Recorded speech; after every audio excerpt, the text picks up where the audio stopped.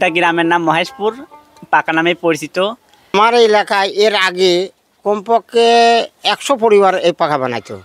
পাতা কিনে নিয়ে আসি, গাছের দিক গাছ কাটায় আমরা পাতা লাড়ি দিয়ে শুকানোর পরে আবার ভাঁজ করে পাতা লাগিয়ে। পাবনার চাটমোহর উপজেলার মহেশপুর গ্রামটি এখন পাখা গ্রাম নামে পরিচিত। এই গ্রামের অন্তত 30 থেকে 35টি পরিবার ঐতিহ্যবাহী হাত পাখা তৈরিতে এখনও যুক্ত রয়েছেন। গ্রামের বিভিন্ন বয়সী মানুষ পাখা তৈরিতে ব্যস্ত সময় পার করছেন। 30-35টা বানানো যায় প্রতিদিন। চলে মোটামুটি ভালোই চলে, যখন রোদ বাত হয় তখন খুব ভালো চলে। আমরা বৃষ্টি হলে তা চলবে না। এই পাখার ইতি আমি ছেলে মেয়েও পড়াতেছি, আমার সংসারের কাজও করতেছি। ওই যে ধরেন যে বিক্রি হয় 100 হয় 50টাও হয়, ঠিক নাই। বছরে 6 মাসে চলে আর 6 মাস চলে না।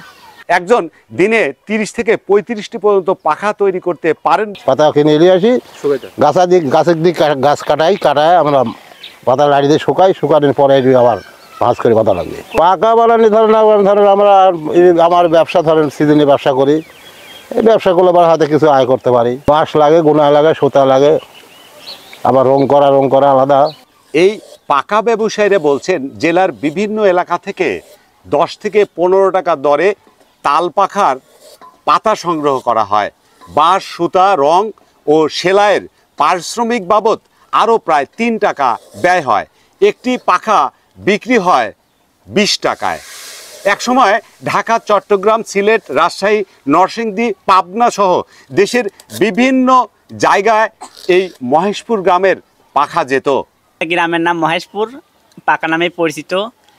আজ থেকে 10 থেকে 15 বছর পর গ্রামে অনুমানিক 150 ঘর পাখা তৈরি করেছে এবং অনেক বাইরে থেকে, দেশ থেকে বিদেশ থেকে ফেরিয়ালারা আইছে, মহাজন আইছে।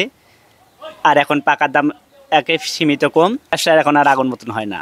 প্রত্যেক বাড়ি এসি, প্রত্যেক বাড়ি ফ্যান, পাখা মানুষ আর কি করবি। আমার এলাকায় এর আগে কমপক্ষে 100 পরিবার এই পাখা বানাইতো। 100 পরিবার পাখা বানাইতো। এখন এই আর্থিক অবস্থা না থাকার জন্য এখন মনে হয় 20-30 ঘরের পর চলে আসছে পাখা বানানো। আর এরা কোনো সহযোগিতা পারে না। একটা গাছ কাটারও মেলা টাকা, বাঁশ টাঁশ কিনা দিয়ে এর যে খরচ হয়, এই খরচ না পোষানোর জন্য এখন বাদই পড়ে গেছে। 20-30টা ঘর কোনো রকম করে রাখছে। এই চেয়ারম্যান মেম্বারের কাছে কত দরখাস্ত, কত ভিডিও দেওয়া হয়েছে, কেউ কোনো দিন অগ্রাধিকার এখানে দেয়নি। সারা বছর এই পাখা বানানো হলেও বিক্রি হয় মূলত গ্রীষ্মকালে। অভাবের কারণে অনেকেই আগেই পাইকারি ব্যবসায়ীদের কাছে এই পাখা বিক্রি করে দেন।